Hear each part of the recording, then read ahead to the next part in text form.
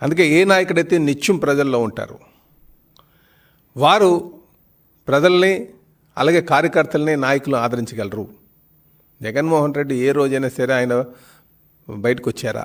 గత 5 సంవత్సరాలుగా అధికారం వచ్చిన తర్వాత బయటకు వచ్చారా? అలాగే ప్రజా తీర్పు గౌరవమైనటువంటి వారు నాయకులకి ఏం కార్యకర్తలకి ఏం న్యాయం చేస్తారండి? నిజంగా ప్రజలు మీకు 11 సీట్లు ఇచ్చారు.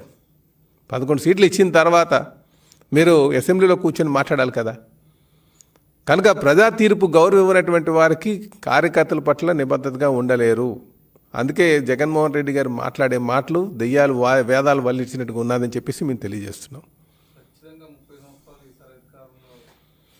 30 సంవత్సరాలు అధికారం ఉంటానడం ఒకటి పగటి కళకు అంటున్నారండి.